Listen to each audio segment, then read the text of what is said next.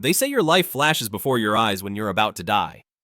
Shu remembered his father on his deathbed telling him to take care of the family. He saw his mother making his favorite omelet just before school. He also saw his sister Susa, whom he told to be a good girl and listen to their mom. Unfortunately, even his bullies were vivid in his mind, along with the painful memory of how they beat him up every day. The head bully laughed at him for trying to save a girl they were chasing. After the beating, even she told him to stay away and mind his own business. To make matters even worse, a truck driver accidentally ran him over on a rainy day, leaving him lying on the ground soaked and unsure if he was going to die. He thought of his family and apologized for not protecting them. Although he cursed this life, he promised to protect his loved ones in the next one. With that oath, he took his last breath under the touch of an unknown spirit on the magical continent of Arcanas. People of faith were gathering for the annual divine blessing ceremony. Children under the age of 6 would offer their most precious possession to God, and if it was accepted, a divine messenger would be sent to grant the child a chance to become a mage. A poor boy asked his mother if some candy would be enough, but she replied that it needed to be something expensive. It would take precious gems for a better chance like the ones the next lady had brought. Incidentally, rumors were spreading that the Ryan family had spent their entire fortune to obtain the blessing.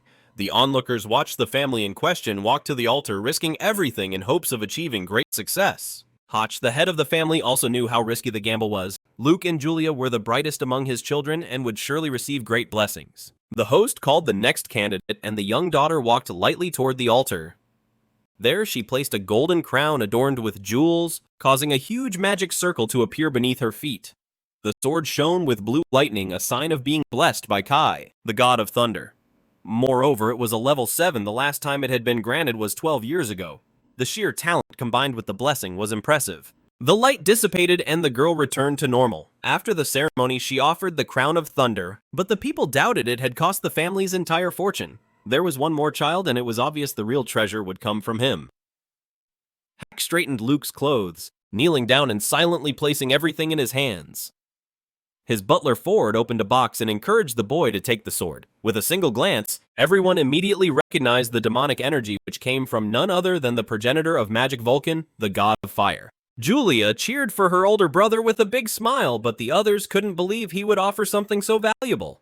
Just as the rumors said, Hotch really was betting everything on young Luke. He placed the blade on the altar, which immediately lit up with red flames. Likewise, the sky changed color, as if turning into a sea of flames. Having never seen anything like it, they wondered if it was a level 9, the highest blessing possible. Nearby sources of fire intensified, and the boy was suddenly engulfed in a furious and powerful blaze. That said, the little one just looked up, barely feeling the heat as the blade was lifted before him. A small speck of fire jumped onto the back of his hand, seemingly harmless at first, but it grew abruptly and rapidly. Soon he was screaming in pain as his soul burned along with his body.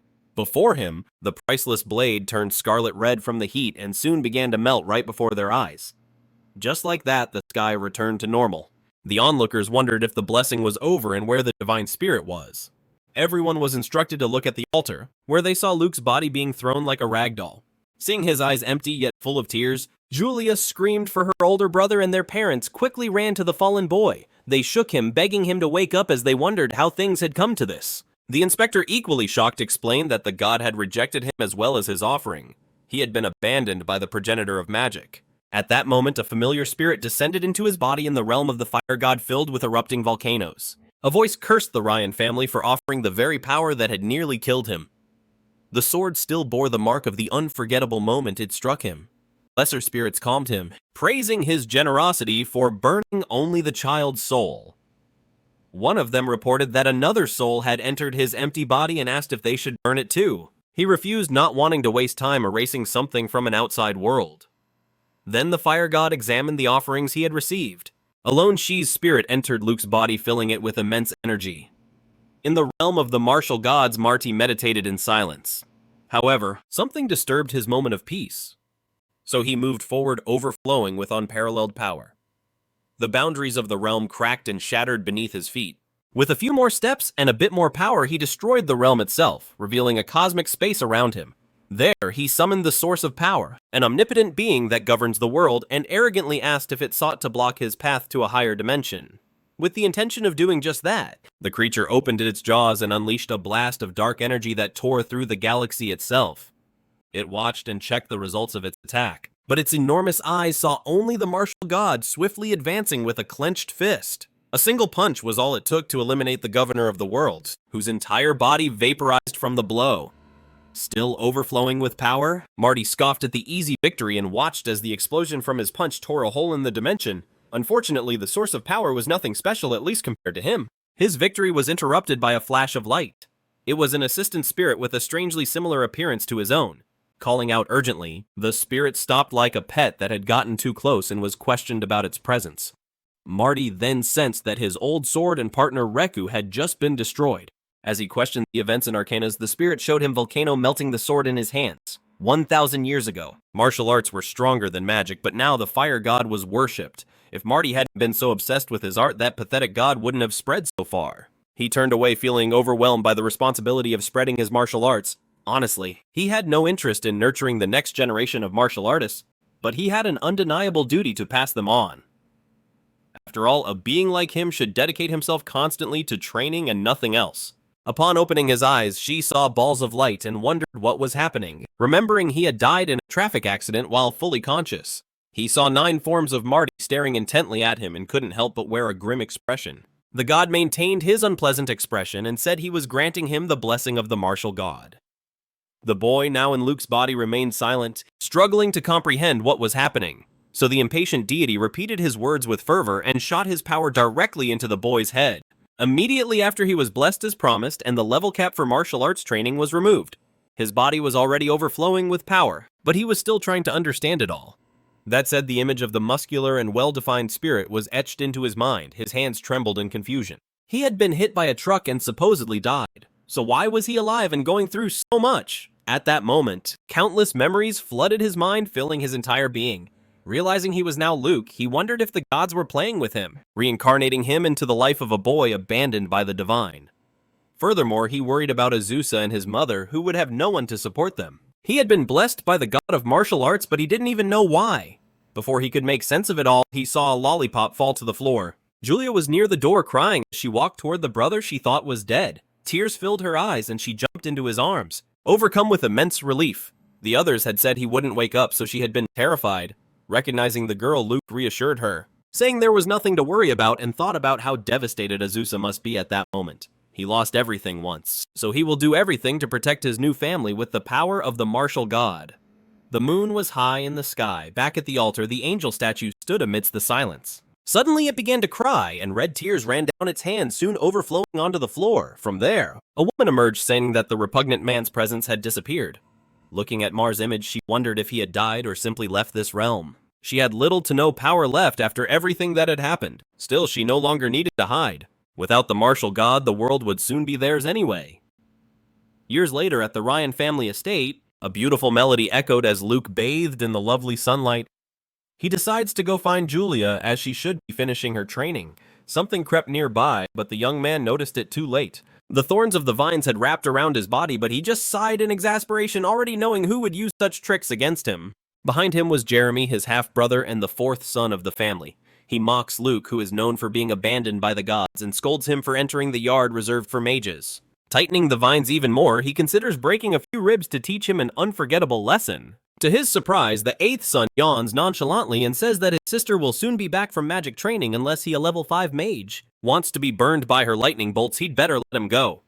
Jeremy shudders at the threat, but insists he's not afraid of a spark. At that moment, the clouds darken and a huge bolt of lightning strikes.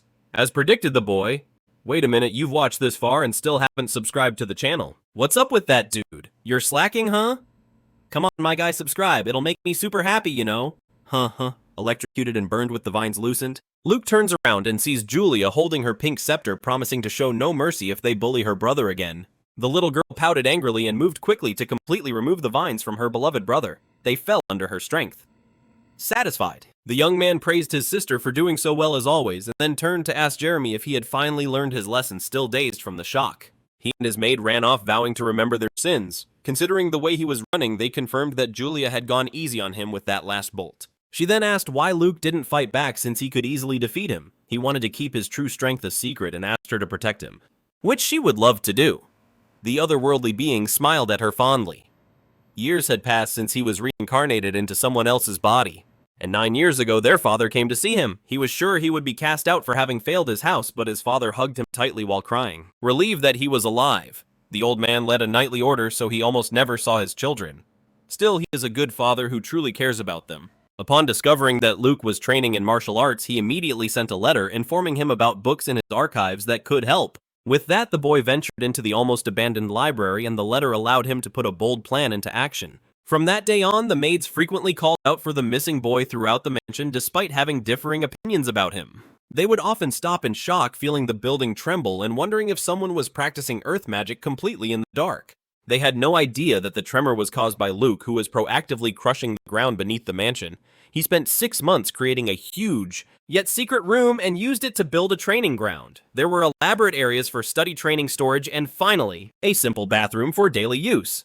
Since finishing the space, he spent most of his time training in secret, and now the dummies he had could barely stand. The long day passed, and he ended it with a steaming medicinal bath, an efficient way to recover. It's been 3 years since he started learning the chaotic tempering technique, and now any magic attack below level 6 can't even scratch him. His defense was becoming quite solid. As for his offense, he silently approached a training dummy wielding the sword hilt, dashed forward and delivered countless strikes in the blink of an eye. Not satisfied, he tossed the sword aside and replaced it with a spear which he used to completely demolish a target, reducing it to nothing. His thundering spear had risen to level 4, so he would practice his fist techniques a bit more. Years had brought him steady progress, but there was something that bothered him. It was said that martial artists hit a hard limit upon reaching a certain level, unless they achieve enlightenment. But this is a feat so difficult to achieve that most practitioners give up in despair, which also explains why martial artists have become rare. Luke was different. With a deep breath, he gathered his energy and drove his fist deep into a large, sturdy target, shattering the dummy and cracking the wall behind it. His explosive fist was at level 5 and, unlike others, there were no limits to the levels he could reach. This was likely the effect of the martial god's divine blessing granted only to him. The clock chimed, and he remembered they were supposed to have a family dinner to celebrate his father's return. Quickly washing up and getting dressed, he headed to the dining room where the rest of the family was waiting for him. It had been half a year since he'd last seen his father, who now welcomed him warmly to the table. As he accepted the invitation, he was informed that he had been enrolled in the newly opened martial arts department at the academy. It was a difficult path, but his father had full confidence that he would succeed if he prepared himself. Well, Luke gratefully accepted his father's efforts. He needed to get stronger to protect his loved ones, but he still couldn't afford to stand out too much. At that moment, Julia raised her hand and said she wanted to attend the Magic Academy with him.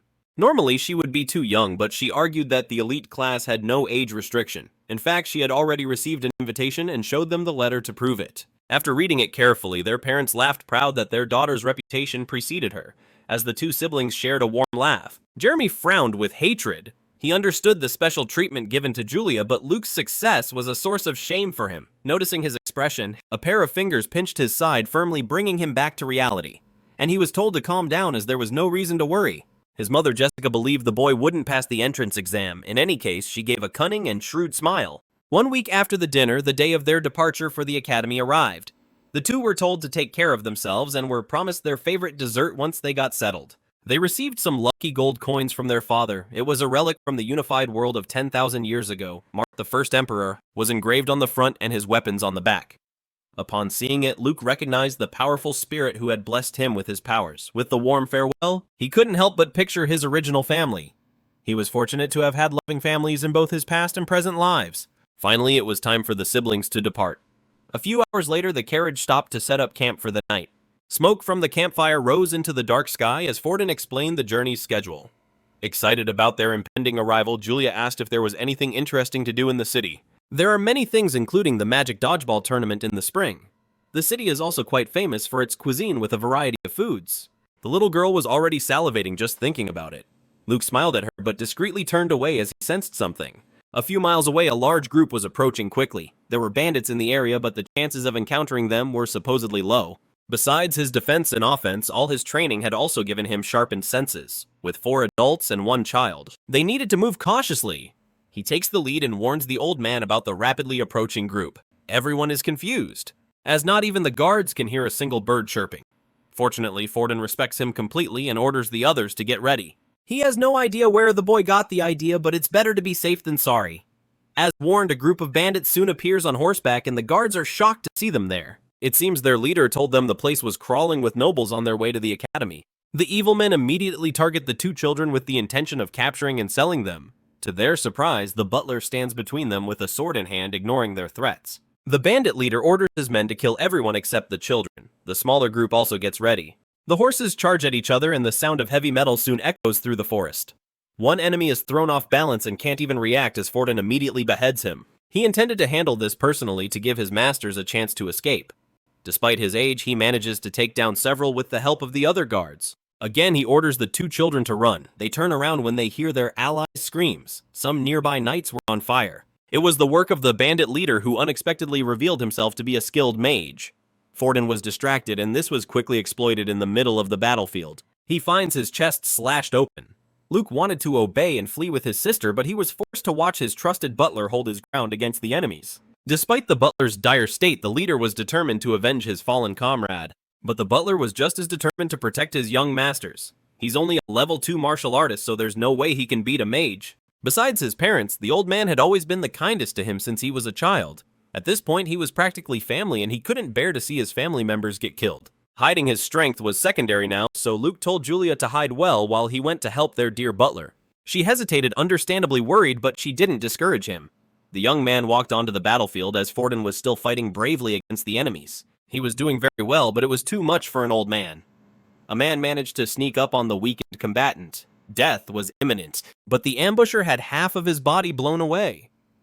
The others couldn't understand what had happened, and before they could comprehend it, several others began to lose their heads. One by one, it all happened in the blink of an eye. A small pebble in Luke's hand was imbued with power. His skill had reached level 4 just from having fun knocking birds out of the sky. The leader cursed.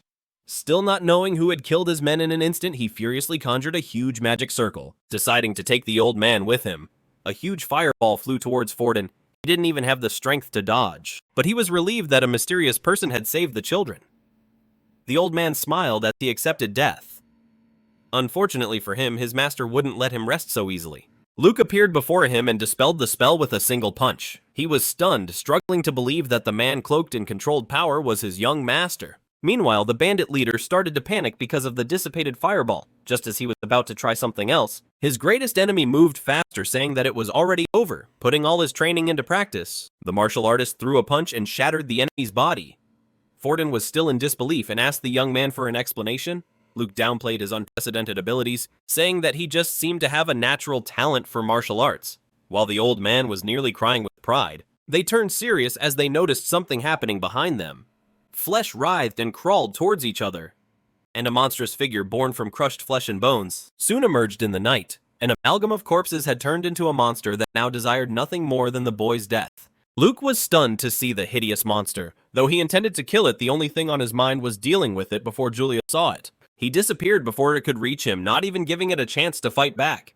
The young man focused energy into his fist and launched it at the monster's face. That usually worked, but surprisingly it failed this time. The demonic eyes glowed and thick chains suddenly shot out from its body. The tips latched onto the remaining corpses, grabbing them and throwing them into the creature's wide-open mouth. Looking more closely, Luke saw a mark on the enemy's eye and wondered if it was something that controlled the dead. With large gulps, it swallowed the dead bandits and grew larger. Meanwhile, the martial artist decided to try something different since his usual strikes had no effect. Having consumed enough to reach a human-like form, the enemy lunged forward to attack. As expected, the attack didn't cause any damage to Luke, who was waiting for the creature to get closer to unleash his power. Opening his palm, he used his explosive strike, which fired a blast of aura that completely engulfed the target in front of him. Burning away the beast's purple seal, he managed to defeat the monster. Just as he let himself drop and sighed in relief from the effort, he heard Julia's voice as she ran towards him with a big smile on her face, jumping to hug him.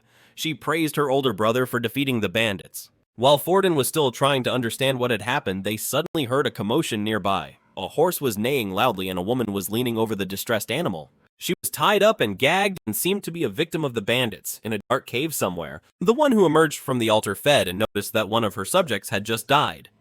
Since restoring her own power was the priority, she decided to let it go. For now, the lady was freed and introduced herself as Maya. Her last name was familiar and the nobles were sure they had heard it before. Luke chimed in, saying that the Rasta family was like theirs, a noble lineage that lived near Daco. And when asked how she had been captured by the bandits, the girl couldn't hold back her tears. They had attacked her carriage a few hours earlier and laughed as they killed the guards one by one all in front of her. Even her maid and chaperone were brutally murdered while protecting her. No matter how many times she claimed to be a noble, they just stared at her with malicious gazes. The goal was to kidnap the children of nobility, and she shudders at the thought. Julia tries to comfort her, saying that they are all dead now.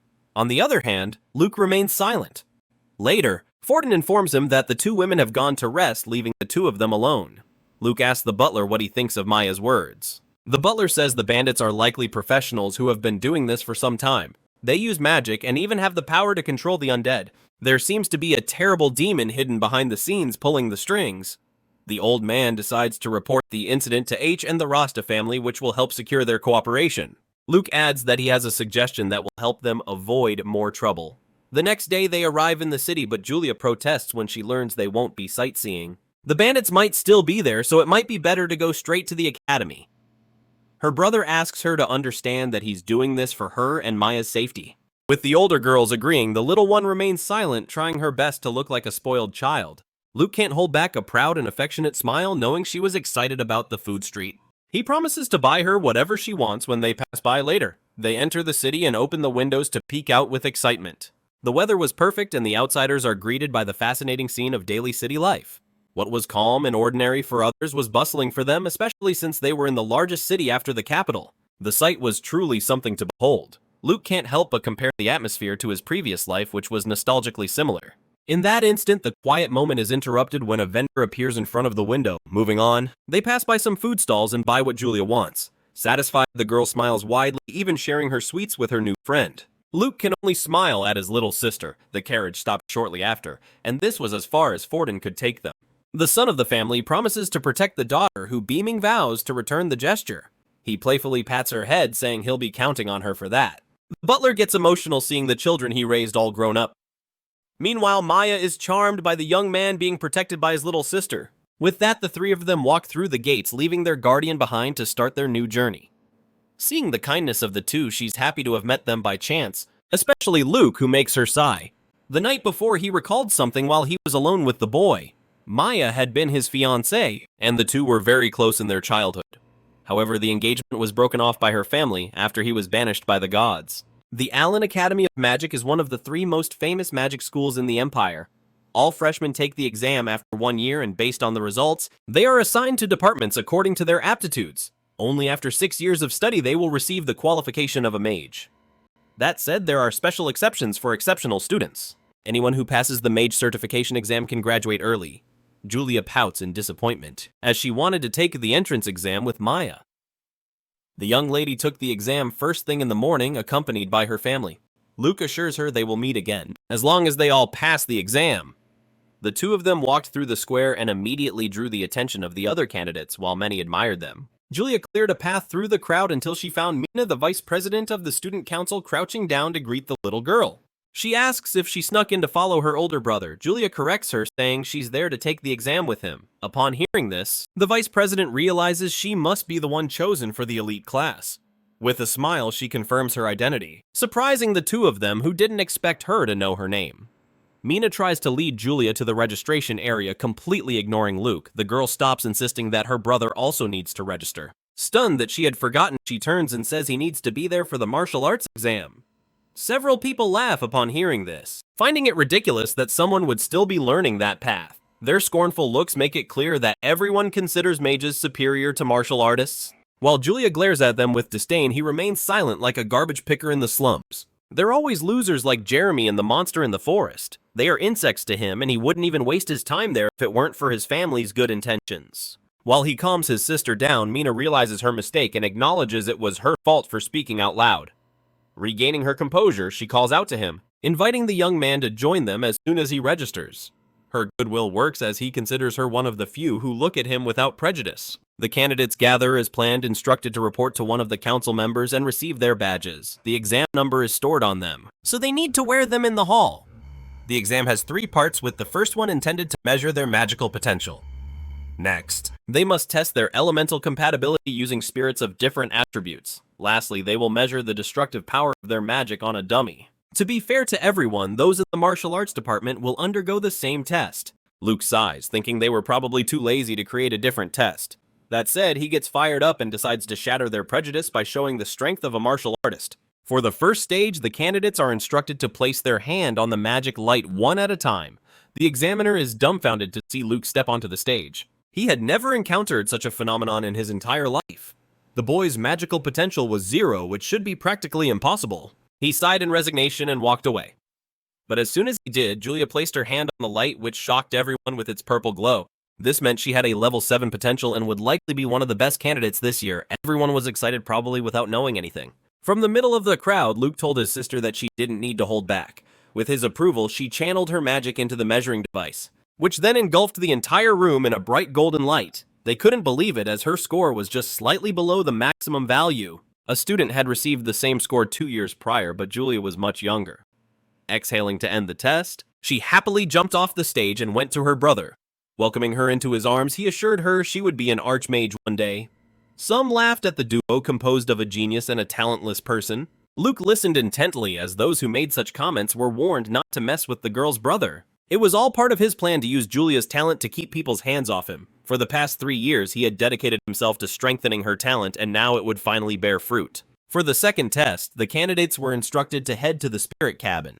On that day, all of Luke's hard work would finally come to fruition. The candidates gathered at the second location for the compatibility test. The divine spirits of various elements were also present there. People began to turn in the same direction again and watched as the spirits gathered around Julia. In other words, her compatibility with all elements was at the maximum level. Her talent and potential alone were impressive. Luke smiled from behind, knowing that his custom ability was actually strengthening her safely. The examiner announced that she had received the highest score, and she received many compliments as usual. However, she felt a sinister energy coming from behind. Upon turning around, she saw the other candidates maliciously trying to get closer to her. The little girl jumped into her brother's arms, scared by the stares and wondering why everyone was looking at her that way. He said she would receive a lot of looks and that there was nothing that could be done, since she was a genius. Instead of worrying about what others thought, he encouraged her, reassuring her to get used to it. Julia perked up, remembering that she needed to get stronger to protect him. Though smiling, he made a mental note that he should also train her mental fortitude. Meanwhile, the others continued to talk about her.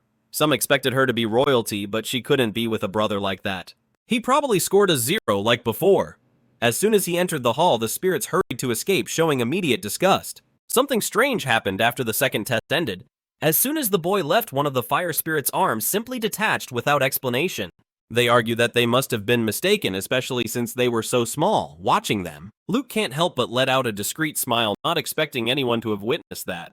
During the second test, perhaps because he was abandoned by God, the spirits avoided him as mentioned. The fire spirit's attitude was particularly nasty, so when the test ended and he was about to leave, the spirit spat fire directly at him. Years have passed since he almost died, but Vulcan still held a grudge. Unfortunately, he also holds similar grudges and throws a stone to tear off the spirit's arm. After all, a mere servant of the fire god has no right to act so arrogantly. He takes Julia's hand and heads to the next test. Asked if she can also take first place, she says she's confident. As long as she doesn't use all of her power, her older brother guarantees they'll stick to the plan. They soon arrive at the site of the magic destruction test, where several metal dummies were scattered across the field. People were already gathered, and some wondered how the genius of the year would fare against the sturdy targets. Some doubt she can break it, since it's made with reinforced metal capable of withstanding any attack below the curse level. Even from a distance, Luke recognizes the object's durability. With this, he'll be able to test his level 6 skill without any worries. On second thought, attending a school with such high-quality equipment might not be so bad after all.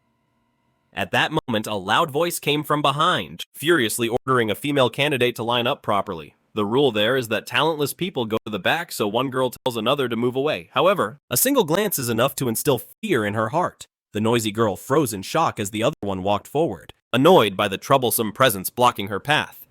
Moving on, she catches up to the siblings and calls out to Julia, confirming that she got the highest score in the compatibility test. The candidate's unbearable glare is enough to scare the young girl, who hides behind her older brother. Sensing the threat, Luke steps between them and asks who she is. She introduces herself as Ara, the granddaughter of Duke Miranda. The name itself was recognizable, as it belongs to one of the 3 great families of the kingdom that once produced a legendary mage. His mother, Catherine, was from that family, which means this girl is the daughter of his mother's younger brother. Luke asks how old she is. She gets annoyed by the question, but answers anyway. He then tells her not to stare so hard, since they're cousins after all. Insulted at never having heard of having a cousin, she decides to humiliate him in front of everyone. Ara uses her power and stares the young man directly in the eyes. Her aura envelops the siblings, hitting them head-on, and she orders him to make a fool of himself. They don't even try to defend themselves. But to her confusion, nothing happens, and she's left looking like a hissing cat. Luke criticizes the upbringing of someone who uses mental magic on a relative they just met. She's shocked, not understanding how her best magic failed, but such flimsy skills wouldn't work against a trained martial artist. Next, the examiner calls him to take the test. With him gone, Ara points at Julia and tells her not to get so arrogant, as she will be taking first place in this test. Looking at the rankings, Luke confirms she was indeed in second place behind the girl in the previous stages. However, for the sake of his peaceful life, he can't allow her to take his sister's spot. With a sinister-looking treat in his hand, the young man offers Julia a piece of candy, and she trusts him completely and pops it into her mouth, but she nearly dies, and he even has to stop her soul from departing. The girl cries from the near-death experience and complains about the medicine's bitter taste. Apologizing, he explains that it's a potion that will improve her performance. Called up, he rushes to the platform, promising to improve the flavor later. Finally, it was his turn to take the test. He is ordered to release all his magical power and strike the dummy, which will then be measured. Luke frankly admits he can't use magic, which confuses the examiner. Even more puzzling is the fact that the candidate asks to simply strike the dummy with brute force. Upon hearing Luke plan to just punch the dummy, the other candidates write him off as just another brute. They immediately fall silent, feeling the disapproving glare from the genius sister. If her brother hadn't told her to behave, she would have beaten them up a long time ago. At that moment, Ara approaches Julia and asks if he really can't use magic. The little girl confirms it, but assures her that he's still an amazing person. Despite this, the noblewoman remains skeptical. Knowing that martial artists have their limits, something explodes in the middle of the training ground. Everyone turns around curiously, wanting to know what happened. 2 minutes earlier, Luke had asked the examiner if he could use a physical strike instead of a magical one, since they didn't care about the damage method. He decided to give it a try. Martial arts skills grow exponentially every 3 levels, and his strongest skill flash was level 6. And with that said, it should be on a completely different level, moving far back to get a good running start. He used his skill as planned and rushed toward the target with a strengthened fist. Planting his foot on the ground, he spun and delivered a deep punch to the dummy's chest. The dummy was sent flying into the wall, tearing up the floor as it was dragged by the impact. The indestructible dummy sparked and twitched with a huge mark on its chest. Eric couldn't believe it as he moved as fast as a high-level wind mage and dealt curse-level damage. The others believe it was a fluke, and it seems she's the only one who realized the truth. That said, his actions indicate he wants to keep his true strength a secret. Even the examiner wrote him off as lucky, but decided to grant him the maximum score anyway, with his rank boosted by the result. He struck a pose for his sister, who happily smiled back. He managed to avoid a 0 score while still hiding his true strength. Although people would eventually forget his display, everyone was captivated by Julia's rare talent. Even other candidates stopped to watch as she chanted a spell, causing electricity to gather around her body and staff. Upon finishing the incantation, a huge magic circle appeared before her and she summoned a lightning bolt to strike down. A massive scarlet bolt hit the arena, precisely hitting the dummy with red lightning, the second most powerful after golden lightning. This was a power others could only dream of even after graduation. However, the caster was just sitting on the ground after the spell. Even she was surprised. Despite this, she received 9.5 points on the test. Later, upon meeting her brother again, she admitted to being frightened by the lightning's color. Before, she could only conjure purple lightning, but now even the magic felt more active. Luke scratched his nose and looked away, deciding not to tell her that the medicine she took had actually boosted her magical power. In this world, mages and martial artists have their own potion-making techniques. One uses alchemy, while the other masters elixir refinement. While magical potions require a medium, elixirs made through refinement can be absorbed directly by the body. Many elixirs were created in the past, but with the decline of martial arts, refinement has become difficult. Few people can create the magical essence that just boosted Julia's power, mainly because it requires the elixir refinement skill to be at level 6. Besides him, there was only the high-level martial artist Hin, who is said to have the greatest mages begging for his elixirs. It would be a problem if anyone found out that Luke has this power, so it will be his secret. With the tests finished, the siblings sit on a bench waiting for the class assignments to be posted. Just then, someone calls out to them and they see Mina waving near a bulletin board. When asked why she's there, she shares the assignments, adding that they are both the top students in their respective classes. Julia's eyes sparkle upon hearing she ranked first in the elite class. Luke praises her and says he'll continue to count on her. The vice president asks if there's any department she'd like to join next year and explains the system of choosing from 5 departments after 1 year at the academy. The most natural fit would be the wind department, since she was blessed by the wind god. Apparently in the same group, Mina excitedly shakes her hand and seals the deal. Luke laughs at the girl he had been watching. With that, they part ways for now to check out the school dorms, with him asking her to look after his sister. The young man then heads to the martial arts department. He leaves the others who are staring at the assignments and rankings. A lone girl watched from a distance, staring at Julia's name at the top of the rankings. She admits her defeat, but vows that one day she will take first place from her. Luke knew the martial arts department wasn't exactly the academy's priority, but he didn't expect their dorm to be a building on the verge of collapse. He tries to stay positive, saying that at least he'll live a quiet life just as he always wanted. That doesn't last long, as another student cheerfully greets him, recognizing him as the first place student. Extending his hand, he introduces himself as Kai from the same department. Shaking his hand, Luke quickly walks past the loud boy to register. The classmate is persistent and mentions how he knocked down the training dummy. Ignoring him, the caretaker hands the young man a room key with a small tag bearing the number 205. Coincidentally, it's the same room number as Kai's, which makes them roommates. They walk through moldy walls and creaky hallways as they look for their room and finally stop upon reaching an open door with people already inside. Luckily, there was a kind-looking pair who introduced themselves as Collins and Sharp. The rich noble was shocked to see the broken beds and the amount of filth everywhere. It was disgusting, comparable to an abandoned pigsty. Upon seeing a spider, he asks Luke if he was really going to stay in such a filthy room. The three of them silently judge the rich, germophobic boy, but their expressions change when he pulls a gold coin from his pocket. It was worth more than 1 month's salary, and he would give it to whoever cleaned the room. The other two immediately start scrubbing, while Luke just observes the situation for the time being. He consoles the spoiled boy, who was trying to convince himself that his living conditions would at least be a step up from a prison cell. Complaining would just get the student council to throw him in jail. In the end, they praise each other for a job well done, as their room has transformed into an impeccably clean space compared to the rest of the building, and as promised, Kaios hands over the coins and promises to protect them from now on. The two young men sigh in satisfaction, and even though he's arrogant, his sense of camaraderie makes it difficult even for Luke to hate him. Just then, an attendant arrives to deliver their academy uniforms. As the ceremony is about to begin, they are instructed to change and head to the hall. The uniforms were in tatters, and Kaios hated it, afraid he would look like a beggar. To calm him down, they tell him that the ceremony will introduce a system that could improve their treatment. In fact, they might even take requests to exchange uniforms. Luke was lying, but thankfully he manages to fool the naive boy. After a while, the martial artists arrive at the hall as instructed, but they enter wearing their tattered uniforms. They didn't quite fit in, especially in the enormous and extravagant hall they found themselves in. Although Kai insisted that his own home was much better, his heart fluttered as he searched for Julia, and he was directed toward the front, where the elite class was located. Their uniforms were on another level, white and as elegant as the hall itself. Since their class was situated way in the back, he figured it would be best to greet her now. Surprisingly, the young master walked right past them and headed over looking pleased. Even the distance between the desks felt discriminatory since they couldn't hear anything. As he sat down, Luke noticed a girl who was quiet and incredibly observant. Unlike the others, in that instant, a huge and beautiful flame shaped like a flower erupted in the hall. Another was conjured in the palm of a student's hand, who welcomed his peers with a rather flashy presentation. Introducing himself as the student council president and a future grand mage, T descended to explain the school's point system. Many people were captivated, instantly becoming his fans. After all, becoming a level 6 mage before graduation was truly incredible. Continuing, he explains that the point system is the foundation for almost everything. Magical abilities, rare books, tamed magical beasts, rare materials, and even guidance from masters. All of these learning resources can be obtained using points.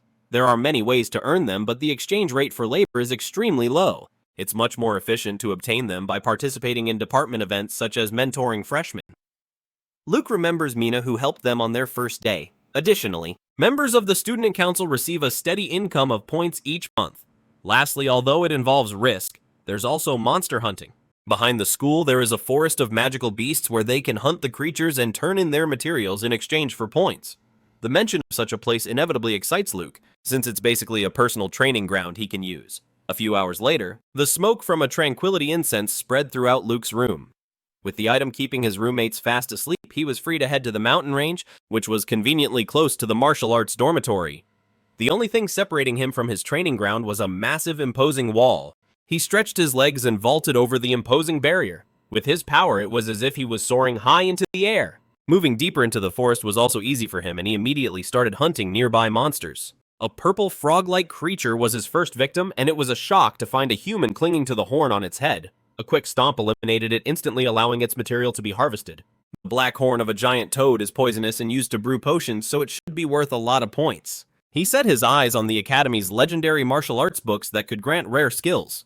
Not wanting to waste much time, he started by locating the monsters. An ability enhances all his senses, allowing him to see his targets with pinpoint accuracy without a mental radar. The next target is a level 1 shell moth, basically a huge rabid rat. He deals with the beast in an instant, putting it to sleep, and immediately heads for level 2 one-eyed bat. The levels of his targets increased, but the speed at which he eliminated them didn't slow down. After a while, he collects a huge amount of items that he intends to use for refining elixirs among other things. That said, it was still too quiet for his liking.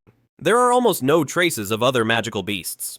Even as he checks for himself, he wonders if there might be a powerful king dominating the nearby territory. Luke concentrates and uses his ability as before. His senses lead him to a cave not too far away. There, the power was dense and thick, and a little further in, he finally finds the king of the mountain range, which growls at him. Despite this, the young man smiled in satisfaction and moved forward. It was over half a mile away and had already noticed him. He reached the cave entrance and didn't even need to go inside. The level 6 ice and fire wolf was already there, imposing and waiting for its prey. With the wild eyes of a predator, it snarled at the student. Luke remained completely unfazed, simply understanding the reason for such territoriality. The fight hadn't even started yet, but the air was already thick with anticipation. He invited the beast to a duel and made the first move, closing the distance in the blink of an eye and preparing a punch. Surprisingly, the experienced predator retreated in an instant and launched a blast of freezing breath at him. His fist was hit by the ability and encased in a block of ice, and that would normally bother other fighters. But Luke was not like any other it had ever faced. With his frozen hand, he delivered a punch so powerful to the wolf's jaw that it knocked out a tooth. He smiled as he saw the beast get knocked back by the unexpected attack and fall to the ground. If the boy had trained more, he could have torn off the creature's leg with a single strike. Breaking the ice from his hand, he gestured for the creature to get up, certain that it wouldn't give up so easily. Although its knees buckled from the impact, the wolf rose ready to fight back. It gathered a concentrated ball of flame in its mouth and shot it at the boy like a deadly heat ray. The powerful attack sent flames blasting out of the cave. In the midst of it all, the beast proved why it was the king of the forest. Believing it had won, it howled triumphantly as a sign of victory, completely unaware of the human who was about to descend from above. The beast was shocked to sense the boy who was preparing his empowered fist to strike. It all happened too fast, and he delivered a powerful punch to the opponent's chest. The blow nearly tore it apart from the inside, but the fight wasn't over as the impact sent it flying to the other side of the cave. The creature staggered and fell inside like a rag doll. The ability to freely control the opposing elements, fire and ice, was truly commendable, panting and gasping from its injuries. The wolf stared at its enemy while its body trembled in fear. Luke was like a demon overcome with greed. Upon finding a rare magical beast on his first day, the huge wolf trembled in fear at the enemy's approach, but it prepared another blast of magic in its mouth. Luke advanced completely indifferent to the beast's attempts, but this time it used a simultaneous mixture of ice and fire. Due to the combination, a pillar of steam filled the cave. This was no problem for him, who simply dissipated it with a gesture to clear his vision, only to find the supposed predator at the entrance. Instead of continuing to fight, the beast ran as fast as it could, despite the wound in its chest. Unfortunately, the real hunter wouldn't let his terrified prey escape. Closing the distance immediately, he grabbed the tip of the wolf's tail and pulled. It had never experienced this before, but it was thrown against the cold, hard ground with immense force. Fighting such a huge beast was satisfying and would surely be worth a lot of points.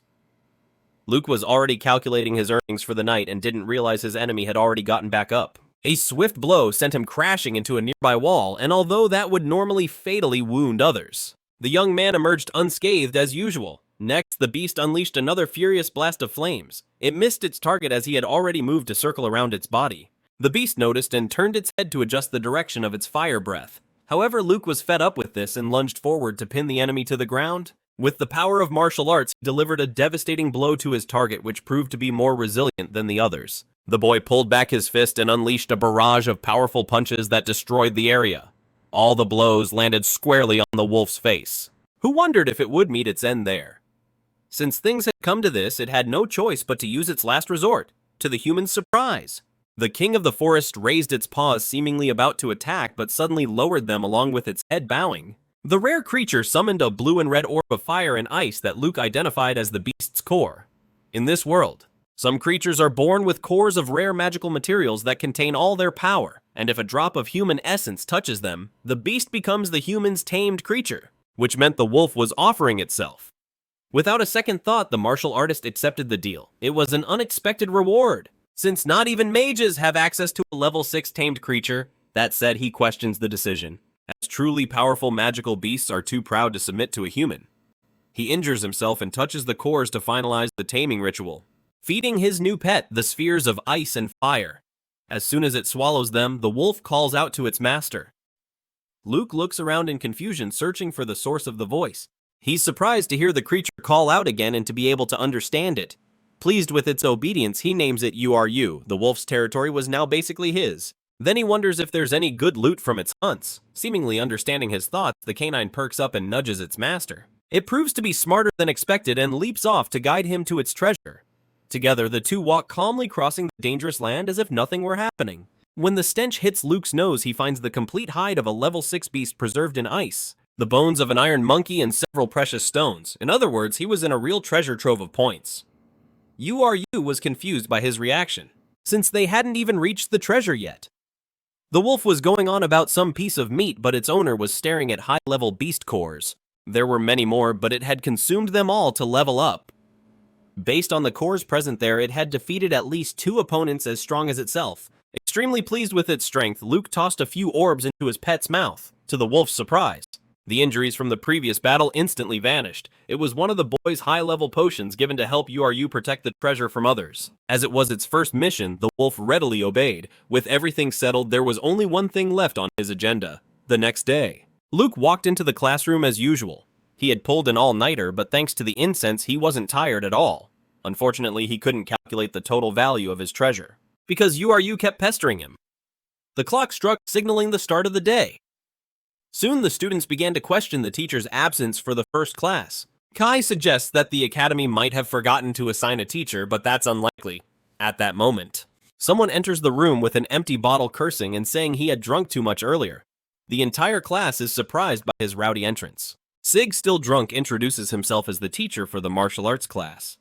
Luke watches him intently. The teacher writes his name on the board and yawns nonchalantly while reading from his small notebook. Leaning over to his friend, Kai complains that the man doesn't even look like a teacher. He is quickly punished with a piece of chalk thrown at his head. The other students didn't see it and wonder why he suddenly screamed. Luke smiles, being the only one who saw it clearly. From his movement, the man must probably be a level 5 or 6 martial artist. The roll call begins and the names of the class are called one by one. Tichi is called first, and the young man remembers seeing her during the opening ceremony. While everyone was fooling around, she impressed him by remaining seated in silence. Sig confirms the attendance of all students on the first day of class, forgetting about the textbooks. He abruptly appoints Tichi as the representative and asks her to fetch them.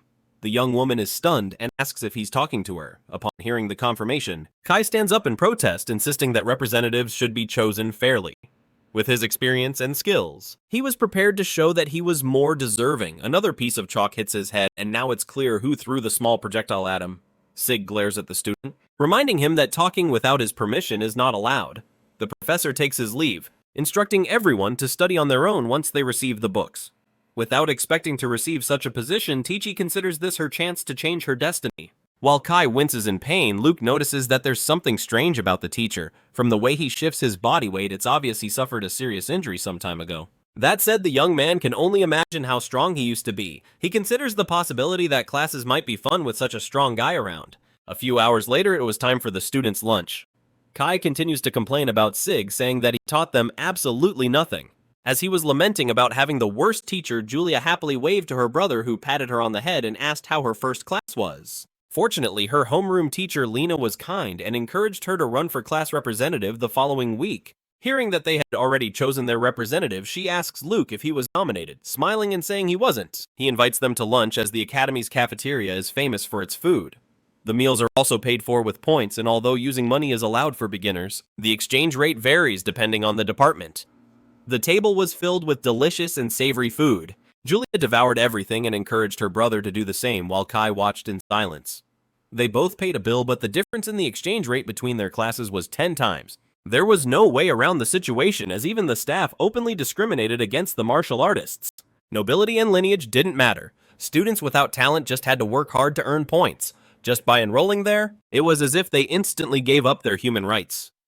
Like an angel on earth, Julia offers Kai a warm plate from her top-quality meal. He gets emotional and accepts the offer, touched by the girl's kindness. At that moment, someone approaches their table.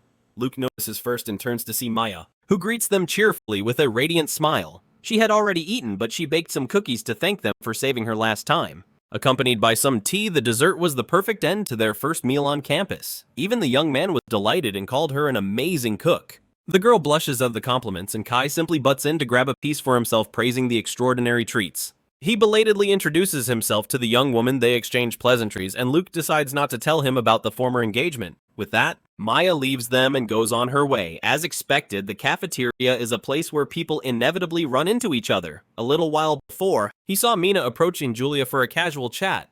She moved away a bit upon seeing him there. In addition, Teo flies over the hall with his fire magic, drawing gasps of admiration from the students. Using magic so extravagantly makes him a real show-off. That said, he was secretly out of breath after the demonstration and quietly admitted he took a potion to look cool. Luke was genuinely impressed at first, but the scene proved that he's only slightly better than the others. At that moment, a loud noise caught his attention, and he saw Sig coming out with another bottle of alcohol in his hands. Chugging the drink in the middle of the day, he stumbles over himself as he walks to his destination. Upon entering the room, he is immediately met with disapproving glares for being the last to arrive. His colleagues mutter insults and derogatory comments about him even mentioning the incident. Unconcerned, he casually sits down and yawns. Linda can only watch and sigh at the scene. With a few knocks on the table, an old man calls for everyone's full attention and starts the meeting to discuss the magical beast taming tournament. The Carmina Empire is frequently attacked by monsters due to its location, and to deal with this problem, they train their people to tame multiple monsters at once. Because of this, it has become an annual tradition for all freshmen of the Allen Magic Academy to participate in the magical beast taming tournament. With that in mind, they have prepared over 2,000 level 1 magical beasts for the event. One of the beautiful female teachers suggests they hold the tournament in 6 days just as they do annually. Another agrees but votes against the participation of the martial arts students in the tournament, claiming it would be a waste of resources, since they don't stand a chance against the magical beasts. As these are his students, Sig immediately protests, considering it unfair. Professor Greg reiterates that he is only thinking of the students. Linda states that as long as they are freshmen, the martial arts students must be required to participate. The others agree, saying the students should be treated equally. Greg secretly disagrees as he doesn't want the teachers to side with Sig. He thinks Linda is siding with Sig because she still considers him an extremely powerful level 8 fighter. He then gives in since everyone insisted, but adds that if the students end up crying in terror, it won't be his fault. After confirming the martial arts department's participation, the meeting ended. 2 teachers approached Linda and asked if she was sure about the martial arts students' participation. Since taming beasts would be very difficult for them as they were more accustomed to combat, she smiled at them and said that a long time ago, someone told her that a coward who lacks the courage to overcome hardships has no right to call themselves a martial artist. Any student who refused to participate in the tournament would have to leave the martial arts department. Later, Sig informed his class that the magical beast taming tournament would be held in 6 days and that after class, they would be doing practical outdoor combat training. The professor was determined to train them so they could adapt and defeat a magical beast. Kai seemed displeased, saying that the tournament's purpose was only to choose the class representative, and since they already had one, it would be pointless for them to participate. Offended by what he said, Sig taught him a lesson and started the class. Luke, on the other hand, is lost in thought about the upcoming practical combat training and tells himself he must be careful not to send his sparring partner flying to avoid drawing attention. The next day, the training begins. Luke watches them in silence, especially Tishy, who seems to be the strongest among his classmates. Since he's distracted, he doesn't realize he just sent his partner flying. Sig then appears holding a bottle of wine and announces that the training is over. Kai immediately throws himself on the ground, thankful that the training has ended. Collins mentions they're going to the cafeteria and tells Kai they will bring him food as promised. Sharp questions this, and Kai admits he gave them 1 gold coin, and in return they will bring food worth the points. He points out that Collins could profit from this, and in return he can save his points. So it's a win-win situation for both of them. Sharp nearly cries as he also wants the same deal with Collins. Kai then promises to let him in on it next time. Meanwhile, Luke observes Collins, noting that the boy is clever as he earns his own allowance and keeps his contacts and relationships in order. Kai then approaches him, commenting that he's smart and should learn a few tricks from him. Luke gives him a friendly smile but refuses the offer. Kai realizes his roommate has a sister in the elite class, so he doesn't worry much about accumulating points. That night, Luke ventures into the forest to defeat a huge beast as part of his training. Even without Julia, he doesn't worry about food as he can hunt on his own. He wipes the blood from his face and lights a fire to cook. If he hadn't walked Julia home, he could have used dinner time to train. He remembers that Vice President Mina was trying to get close to his sister again and that he should be careful around her and keep an eye on her. He swears that if he senses any ill intentions from Mina, he will make her pay for using his precious sister. His companion Yuru appears and he offers him the meat. Looking at the wolf, he finds it quite cute and is happy to have tamed the beast. Next, he tells the wolf it must help him train and promises he won't hurt the animal while making a scary face. Moments later, Yuru discovers that being Luke's assistant and training partner is not easy. Meanwhile, at the Ryan mansion, KF is sitting alone in her pavilion when Hold arrives and asks if she is still thinking about their children. She smiles faintly at him and replies that he can really read her mind, so she can't hide anything from him. Hold tells her she should visit their children if she's really worried about them. Since he'll be passing through Dakuto for work, he offers to take her to that academy. Because of this, her mood improves and she can't wait to see her children again. Meanwhile, at Count Grando's house, people are wearing cloaks as if they are in a cult. Just then, a woman appears also dressed in black. She welcomes the new member Jessica and invites her to sit down. Next, she tells them about her new creation, Jod's Dream. The drink is so potent that when ingested, the body begins to glow. She hands out cups and adds a bit of... The mysterious woman declares that the exciting game is about to begin. Meanwhile, Jessica watches the woman without drinking anymore from her glass. Later, the two women are in bed and talk about how Julia managed to destroy the Black Wind group despite being so young. Jessica laments the fact that Julia received a level 7 blessing and inherited the talent of the Katie and Miranda families. The woman points out that Julia won't be able to defeat them and that Jeremy's efforts to become strong have not yet paid off. Jessica bites her lip in frustration until it starts to bleed. Realizing her intentions, she deduces that Jessica wants to assassinate KF and Julia to become the Baroness. She wipes the lips of the woman in her arms while Jessica admits that she wants to be the lady of the house. The woman gives a venomous smile, touches a symbol, and comments that the moment a young bud withers is truly a beautiful thing to watch. On the training ground, Ticha is ready for another round of practical training while the rest of the martial arts department is exhausted from yesterday's practical combat training, lamenting the intense pain that kept them from sleeping and the strictness of their class instructor. Jeremy sighs and makes them realize that pain is part of the process of getting stronger, so they must push themselves to the limit. Meanwhile, Kai and his roommates claim to feel no pain and consider themselves stronger than the others. Watching them, Luke refutes their theory, thinking to himself that it's just the effect of the sleeping incense he used in abundance in their room so they wouldn't wake up during the training. Aish believes the four roommates have a lot of stamina, and with that strength, they'll probably be able to handle tougher training in the future. With the right training and dedication, they will surely become strong martial artists. Excited Kai starts a sparring match with Luke. He is quite aggressive at first, but is immediately neutralized by his opponent. The two continue to exchange rapid, successive attacks. Kai is impressed with his sparring partner, and Luke seems to feel the same way. In that instant, he feels a presence behind him and someone staring at him. He stops for a moment and looks back, surprised to see an old man sitting under a tree looking directly at him. Since he's no longer focused on the fight, Kai tries to take advantage but ends up failing. As Luke manages to dodge the attack, making the boy fall to the ground with a dull thud. Kai gets offended that he's looking the other way while they're training, stating that he should concentrate until there's a winner. Meanwhile, Mina sees Principal Otani, who is about to leave. The girl offers to help him get back to the library, but the old man refuses, saying he'll enjoy a quiet walk back to the hotel. And as he walks, he thinks to himself that Luke is a fascinating young man and that he's hiding his true strength. Not even he can fully assess his real abilities and tells himself he'll remember the student's name. After class finally ends, Luke remembers the lesson on massages that Sig insisted they learn. The teacher tried a special massage on Collins, who seemed cured of the muscle aches from the intensive training. By the end of the class, everyone's muscle fatigue had disappeared. The lesson is an advantage for him, as they'll soon forget they were the only ones feeling good that morning. After solving his problem, he starts planning the construction of his new training ground. To start, he buys the necessary materials, heading straight to the Allen Academy's magic supply store. It has a large selection of rare items not available to the general public. Upon entering the store, he's impressed by its enormous size, like a shopping mall. And like everywhere else in the academy, you have to pay with the points you have.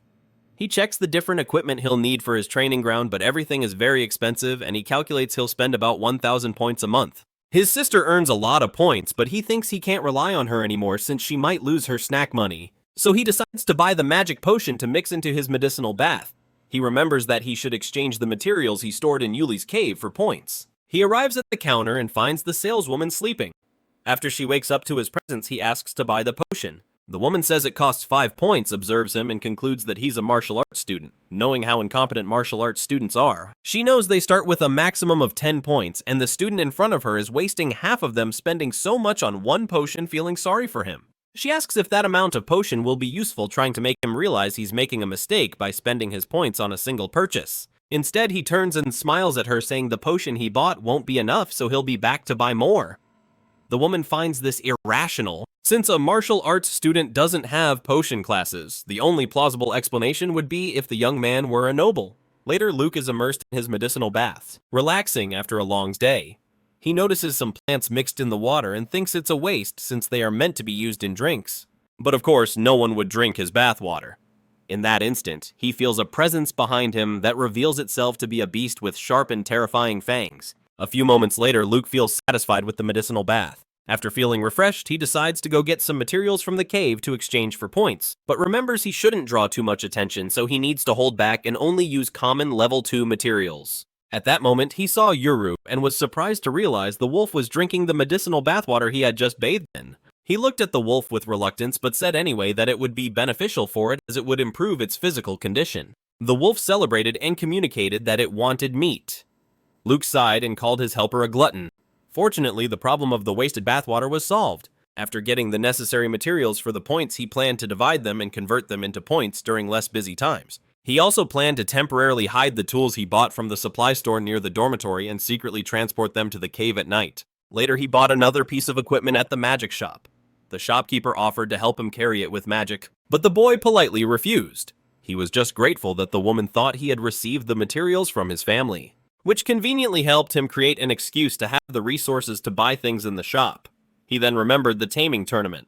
Later in the classroom, Sig scolds his class for not caring about the taming tournament, and he pressures them to practice diligently, and if they don't want to try their best, they'd better give up and go home. Annoyed by their lack of effort, he criticizes their techniques, especially Sharp and Kai, who are making strange movements, pointing out that they won't win if they keep this up. The boy protests, saying that he actually beat Luke, Sharp, and Collins using his technique. The professor sighs, looking at the 3 boys who lost to Kai. He can't stand young noble masters as they are actually weak and incompetent. So he asks Tiz to train with Kai. After everyone gathers to watch the duel, Kai immediately shows his arrogance, telling the girl he won't go easy on her. He will prove that he is better suited to be the class representative. She prepares for the attack and he rushes towards her, delivering a powerful punch. However, she dodges in the blink of an eye and lands a punch to his stomach. The impact affects Kai, who recognizes her speed. He tries to fight back with a kick, but as Sig had predicted, she creates an opening. Because of this, Tiz manages to hit him with a kick. The kick also lands and almost knocks him out, but he recovers and tries to attack again. However, she gives him no chance and demonstrates her skill once more, sending him flying to the other side of the training ground with a powerful punch. The blow finally knocks him unconscious. Meanwhile, Luke, who is just watching, is impressed by the way Tiz fights, understanding why she was chosen as the class representative by Sig. The professor reiterates that the magical beasts will have no mercy and that everyone must try their best. Luke observes that Kai went all out from the start, and that's why Tiz noticed his weakness right at the beginning of the fight. She helps him up after the match, but the boy seems dissatisfied. Sig announces that tomorrow everyone must tame at least 1 magical beast, and if they fail, they will be expelled from the martial arts department. Because of this, he pressures the students to train until the end and fight with all their might until tonight. Luke then approaches his friend and says his defense is terrible and that if he wants to correct this bad habit and attack the enemy's weak points, everything will be fine. However, that's not what's bothering the boy. He's not even thinking about the tournament anymore. He fell in love with Tiz after getting beaten up and defeated. And this is the first time a girl has kicked him. And she is so cool! He has already thought about their children's names and an entire future with the class representative. The next day, the students enter the arena where the magical beasts will be tamed. The students whisper about how terrifying it must be to see the magical beasts crawling around, and it makes them so scared that just the thought of fighting gives them goosebumps. Meanwhile, the other departments start looking down on them, talking about how they'll get beaten immediately, and they see no point in having them participate in the tournament. Sig overhears this and scolds the gossiping students with his most intimidating expression. The students are so terrified that they run away immediately, and Luke is impressed with the professor, having never imagined he was so passionate about protecting his students, since he always seems so indifferent and carefree. He looks to the side and sees Kai fidgeting from nervousness. He tells the boy to pretend the magical beasts are their professor to ease his worries. He encourages his friend to imagine defeating the professor to get motivated. Inspired, Kai admits he fantasizes about punching Professor Sig in the face, and Sig overhears their conversation nearby and, although annoyed, chooses to ignore them. Luke reiterates that Kai must focus on his own victory. That way a low-level beast won't be able to break through his barrier and he will surely win. He thanks his friend for being good at giving great advice. Later, a professor explains the tournament rules to all the students. He declares that those who tame 10 magical beasts will receive the maximum score, while those who cause the death of a beast will have their points deducted proportionally. The time limit is 10 minutes, and if they get injured, they must inform the teachers who will be on standby outside the arena. The professor then signals that the tournament is about to begin. With that, Julia enters the barrier space as a member of the first group. She wonders how 50 beasts managed to get into the entire arena. And now it all makes sense. Seeing the spatial barrier, she looks around and sees no other students and wonders if they are further inside. Excited by the possibility of taming beasts, she attacks them. Determined to finish the tournament with flying colors, the professor adds over the monitor that when a beast submits, a vibrant smoke rises from its body. Additionally, the professors sense the situation by imbuing the wall with their magic circle and obtain information by placing a hand on it. This is also the system used to count their points and penalties. After some time, the system announces that the mission for Arena 5 is complete and the results have been released. The professor checks with his hand. He is quite shocked by the result and even thinks he must be dreaming. Moments later, Julia exits the arena satisfied and happy with herself. She is greeted by Linda, who praises her for a job well done. She then asks to see her brother now that she's finished and asks where the martial arts arena is. Linda informs her that it's Area 10 and that they will probably go in last, so it will be late by the time it's Luke's turn. And in the meantime, he watches from the shadows, interested in Luke's ability, waiting to see if he will achieve the same phenomenal results he got in the entrance ceremony. 2 hours later, the other students from other departments get low scores on the taming test. Seeing the other students fail, Kai starts to get nervous about whether they'll be able to stay in the martial arts department. Luke reassures him, saying they have a chance since they aren't really inferior to the magic classes. Sig steps in, trying to encourage his class not to worry as the level 1 beasts can't injure humans. Therefore, there are no injured students yet. As martial artists, their physical strength and hand-to-hand combat skills are greater than those of low-level mages, and he encourages them to have more confidence in themselves. To his dismay, his students are surprised by his kind words. Stish arrives and confirms that no one was injured and that most are just exhausted from using up all their mana. She also obtains some important information. The magical beast's range of movement is restricted by a barrier so that students won't be surrounded and to ensure everyone's safety. Thus, if by chance they think they can't win, they just need to run away and find a weaker beast to defeat. If they learn to pace themselves, they will manage to score points. Her classmates express their gratitude for the tips she gave on how to survive the tournament, acknowledging her efforts as the class representative. At that moment, Greg interrupts, accusing them of snooping on the class and stealing information. It's no wonder they resort to this kind of cheating, as everyone knows they are insignificant creatures. Offended, Sig asks what the professor is doing there. Greg smirks contemptuously and says the martial arts department is about to enter the arena. He states that he should make his students try their best if he doesn't want the department to be shut down. But if that happens, he'll be happy, as the department is a waste of resources and should never have been created in the first place. The professor leaves after insulting the class. Luke glares as he walks away, remembering the people who used to bully them. As he was the top-ranked student in the entrance ceremony, he is the first to enter the arena. Sig sighs, saying that if he's nervous, he can let another student go first. However, with a determined look, he declares that he will go first as planned. He vows to get a good score so that those who look down on the department will die of humiliation. He will show them what they are really capable of. Hearing this, his classmates get fired up and cheer for him. Sig watches them in silence, thinking about how easily and positively Luke influences his classmates who were previously trembling with fear and insecurity. Before entering the arena, Kai reminds Luke of the important information he got by eavesdropping, which might help him win. 10 minutes later at Area 10, Luke enters the spatial barrier. He notices that there are perception circles everywhere, and if he can avoid them, no one will know what really happened inside the barriers. When a magical beast recognizes its master, their souls connect, allowing them to communicate telepathically and enabling the master to temporarily control the beast's powers and abilities. With this bond, Luke channels Yuru's power to defeat lower-level beasts, keeping a low profile to avoid attracting unnecessary attention. At that moment, a higher-level beast, a huge owl, flies over the area. Luke seizes the opportunity and uses Yuru's strength to corner it. Thinking strategically, he decides to wear down the owl's resistance and will to fight, hoping this will help his department achieve a higher success rate in taming.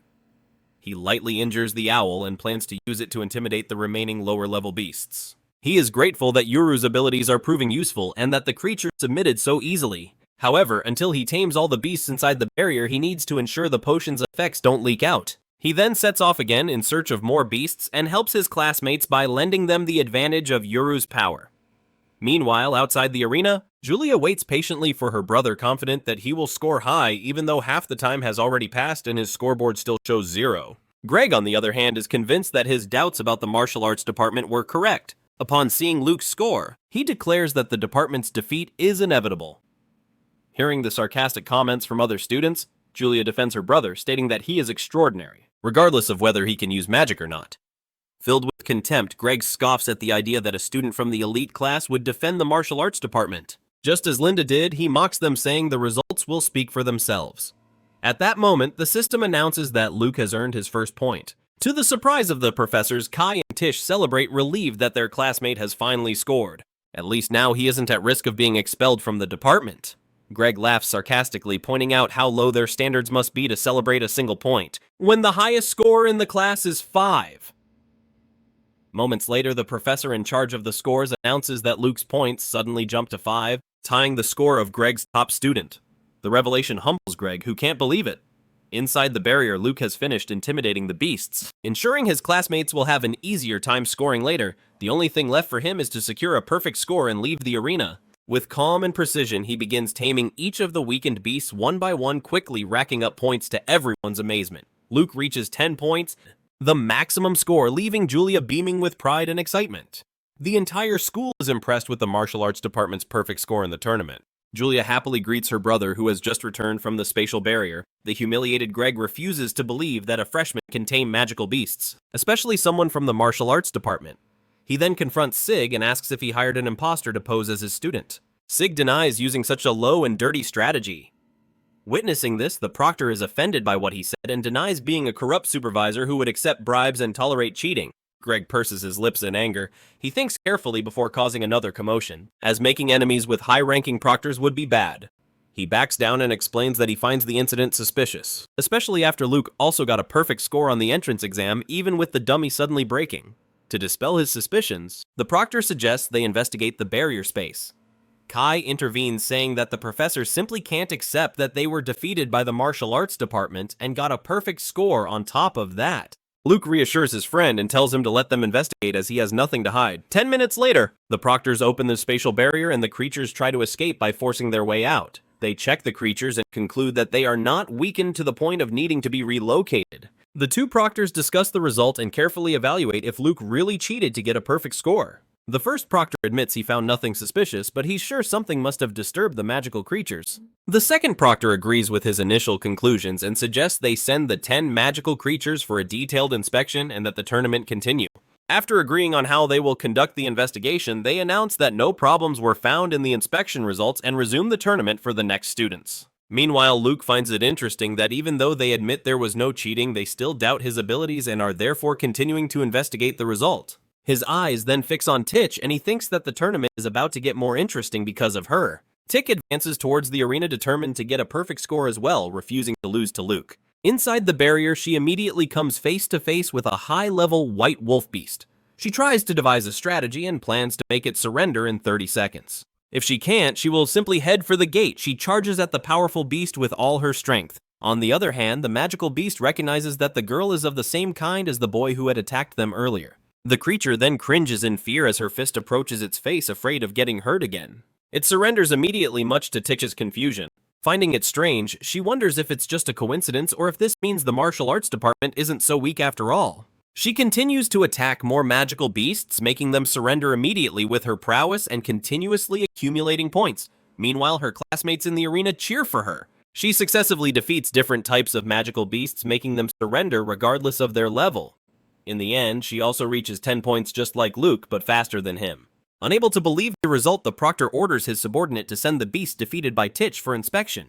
Titch doesn't much care about their judgment either. She is happy that she also received a perfect score. Realizing that Luke was right about the tournament creatures not being as scary as they thought, and that just because they are martial artists used to combat it doesn't mean they are weaker than mages who can use magic. In the third match, Sharp also surprised everyone by achieving a perfect score and defeating the creatures with ease. Next, Collins also demonstrated his skill, earning a perfect score. Meanwhile, Kai didn't let them steal his spotlight and also shone, achieving a perfect score. As the tournament progressed, the martial arts students continued to dominate, earning perfect scores one after another and quickly rising to the top in each event. Segway smiles as his students shine in the tournament. After making sure they are okay and have secured victory, he leaves the arena and takes a sip of his drink. Meanwhile, the detailed inspection reveals no problems with the magical creatures from the barrier space. Headmaster Otani seems confused by the conclusion as the department's scores are exceptionally high. He acknowledges that their martial arts skills are impressive, but this is unusual and surprising. The proctor explains that it might be because the magical beasts were already quite weakened by the attacks from the mage class, so when it was the martial arts class's turn, the beasts were already tired. This is the first tournament since the martial arts division was created.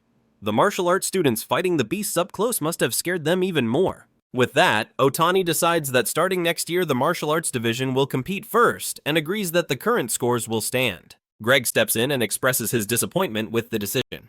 However, since he cannot go against the headmaster, he tries to calm himself and just questions how the martial arts department won by pure luck. The old man replies that luck is part of their skills.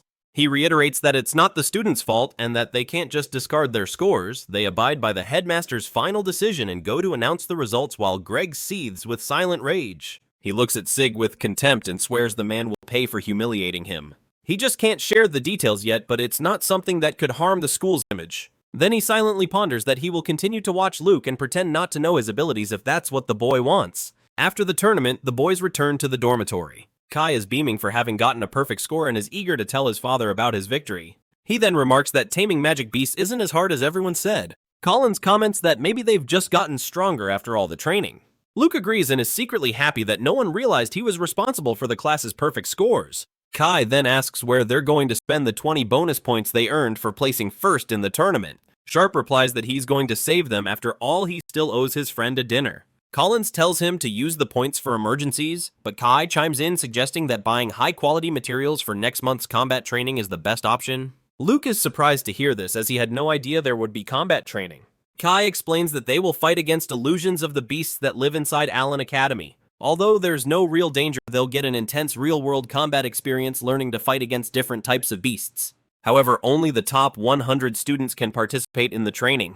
Sharp points out that all 12 students from the elite division will be selected, so there are only 88 spots left. Kai explains that they still have a good chance since he heard that participants are usually chosen based on the taming tournament rankings. Since they all got perfect scores, they'll definitely have a chance to get in. Sharp and Collins then decide to head to the supply store to buy some training equipment. Seeing them excited, Luke thinks they made the right choice in helping everyone get a perfect score. Kai invites him to go to the supply store together, but he refuses and shows him an amulet saying he wants to take a closer look at the pendant Sig gave him earlier. The pendant glows at Luke's touch and is a reward given only to the first 3 students who get a perfect score in the tournament. Kai seems upset that it went to his friend since it should have been Tishy's, who is just 1 rank below. Luke points out that he just got lucky. Kai sighs and decides to go to the supply store alone to catch up with Sharp and the others. Later, the scores are finally announced, leaving all the students stunned that the martial arts department team placed first in the tournament.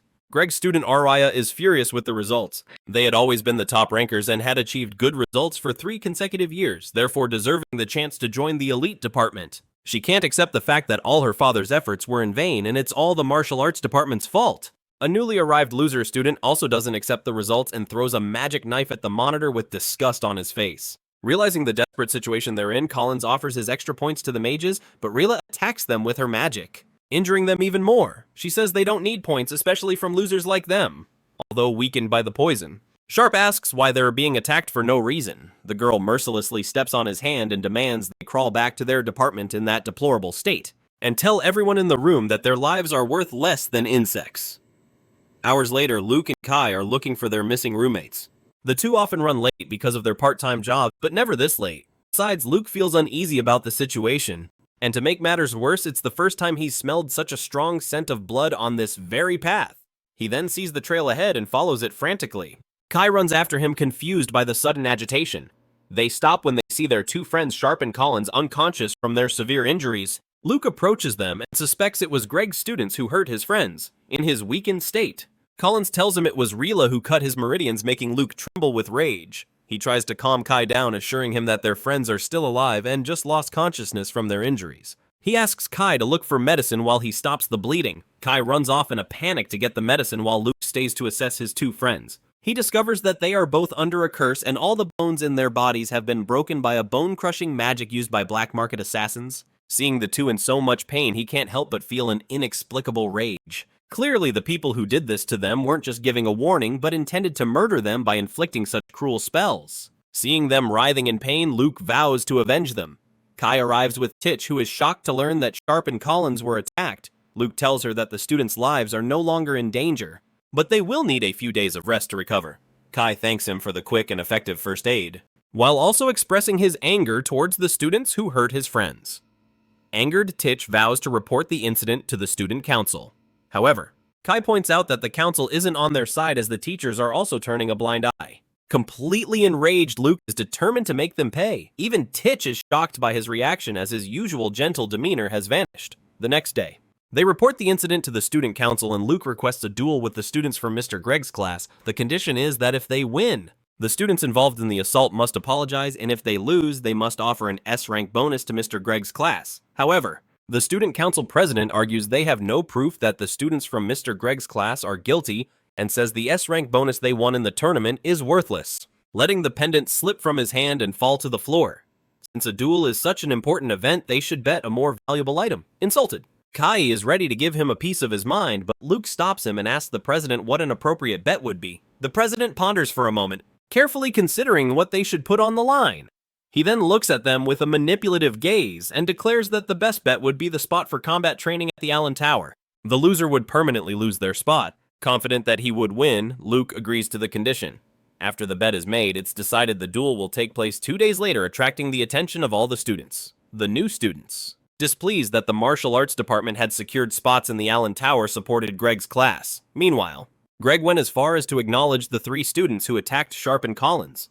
Sig, on the other hand, remained silent and simply intensified their practical combat training. The day of the duel arrives and the entire arena is buzzing excited for the fight that will unfold before them. Proud as ever really gives them a chance to apologize for the commotion, promising they will be forgiven before they get hurt.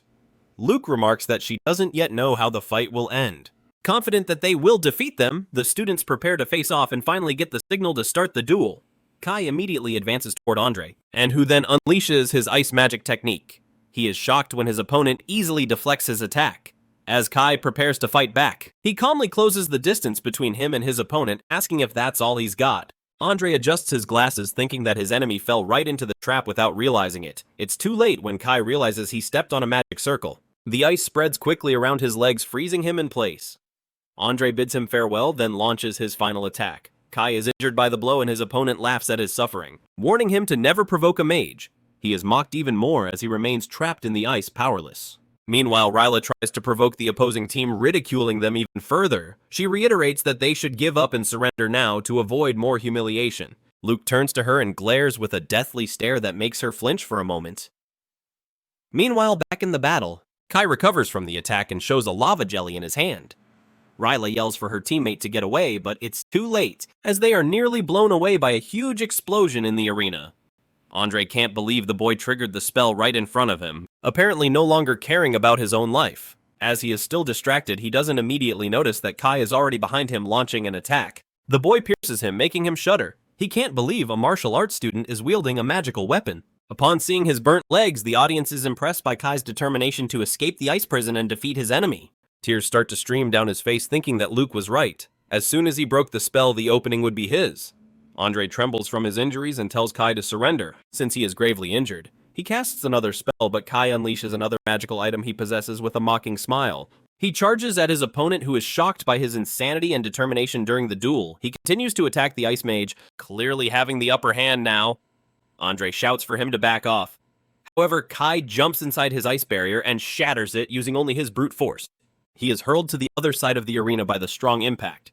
He can't believe his ice shield was penetrated with just brute force and lies motionless due to his injuries. He can't believe that a mere martial arts student is capable of defeating him. Kai is announced as the winner of the fight. He returns to his teammates and brags about how amazing he was in the arena for defeating his opponent. Meanwhile, Luke remembers how he put his homemade absolute power enhancement potion in his classmate's breakfast, giving him a boost in agility and strength. The next fight will be between Thai and Rila.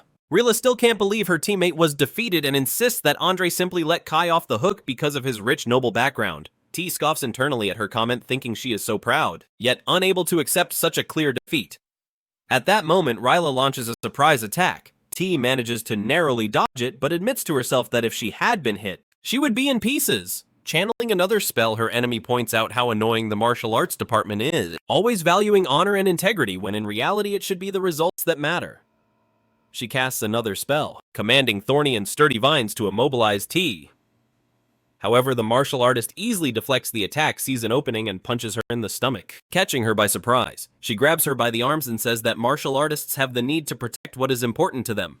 Annoyed, Ryla tries to cast another spell, unleashing her plants. However, T is much more agile and manages to counter, hitting her opponent's mana meridian. She walked away gracefully after winning the fight, mentioning that one shouldn't wound a martial artist's pride so deeply. It's then revealed that Hila was hiding poison needles that could have made the situation worse. Mina asks the council president why he allowed this to happen. He cracks a mischievous smile, telling her she should relax a bit and pointing out that no one got hurt.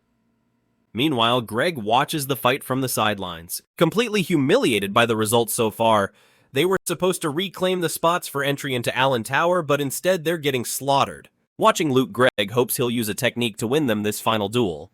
The third fight finally begins and Blake wastes no time, showing off his unbeatable speed among mages. Unlike his peers, he takes his physical training seriously, making him fast and agile. He defends from a distance instead of attacking, while Luke remains calmly in the center of the arena trying to size up his opponent first. Luke doesn't attack immediately. After identifying his weak points, he lunges toward his opponent and tries to attack but misses.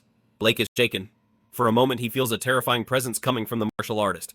However, he doesn't let it faze him and is determined to end the fight quickly. He uses his bone-breaking technique on Luke and immediately unleashes another spell, managing to hit Luke and break every bone in his body. It seems like he has the upper hand. But to his surprise, Luke seems unharmed by his attacks and his bone-breaking technique doesn't make him writhe in pain. He attacks a little more, thinking his opponent is just bluffing and hiding the pain.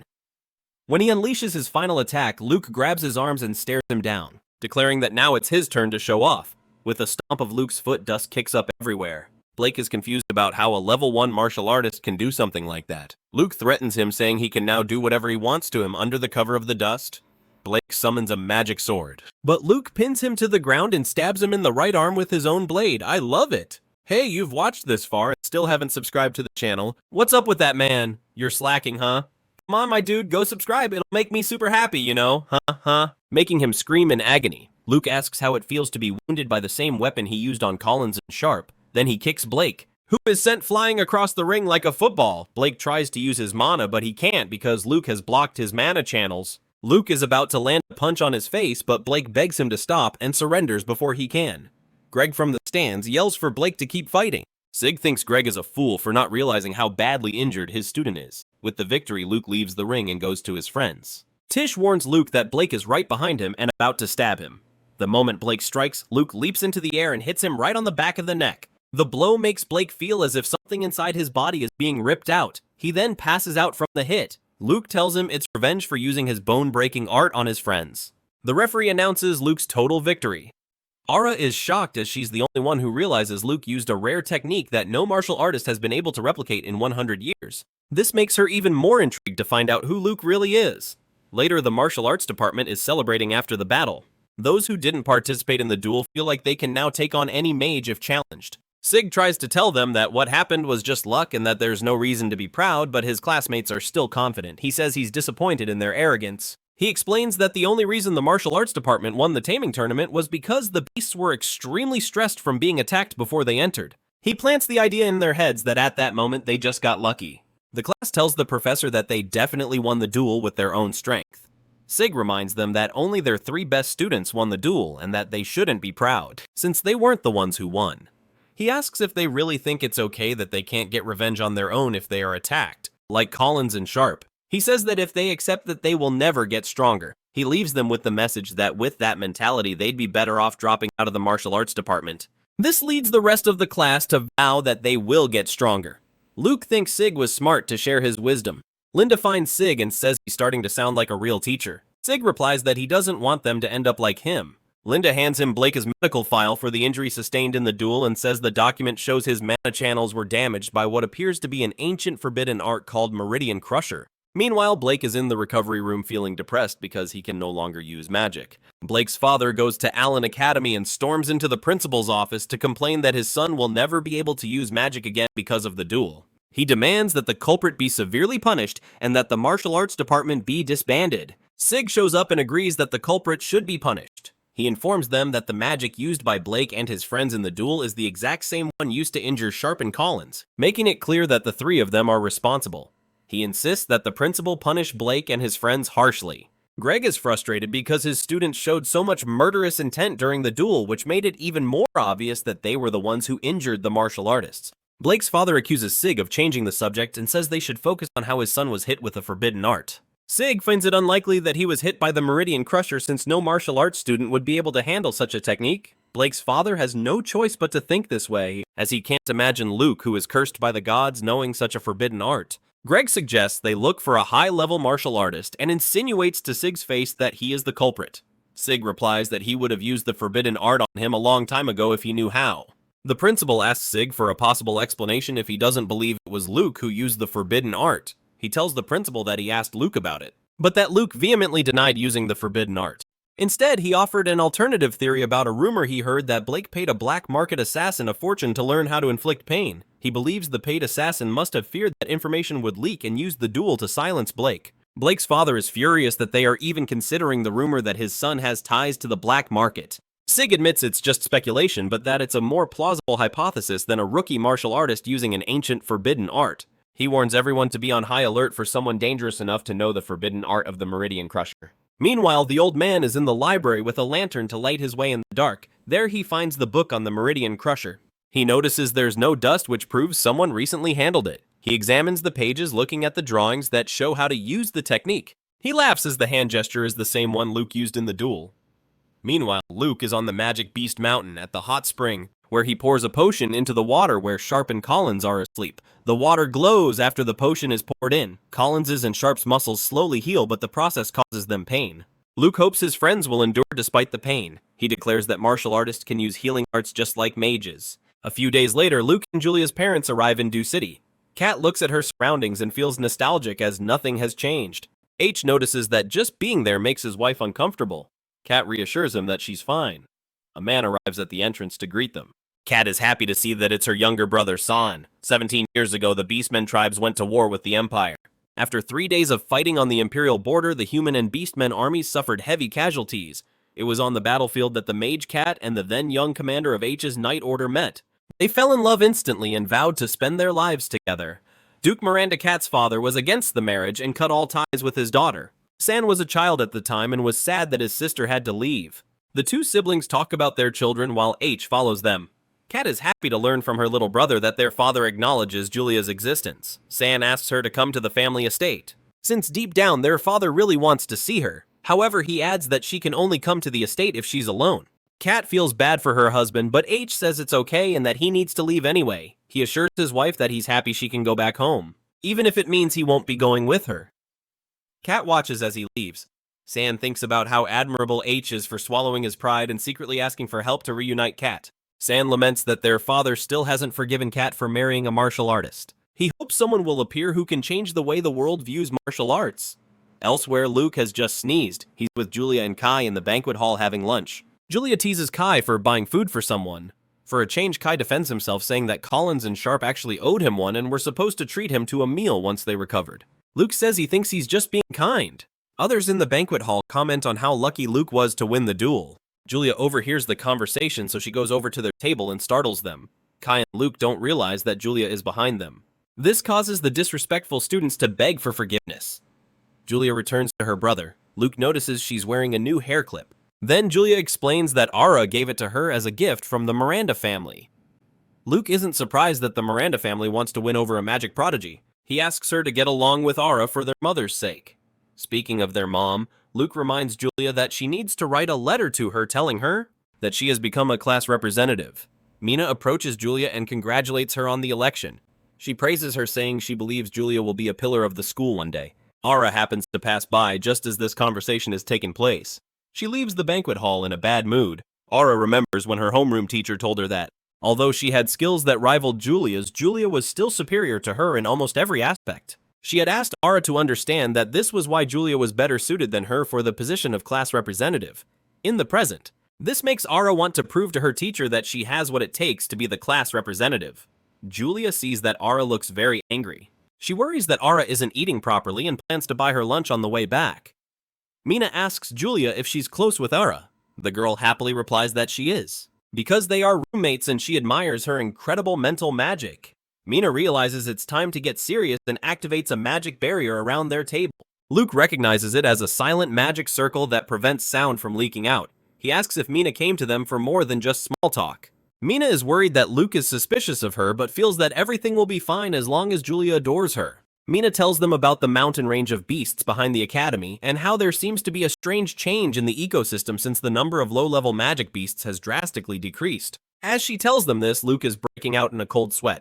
She also mentions that the Imperial investigation team discovered a high-level magic beast's lair 3 days ago. Julia drops her spoon as she realizes it must be her brother's doing. Luke coughs, making Julia worry about revealing his secret. Luke asks Mina if she wants them to participate in a field mission.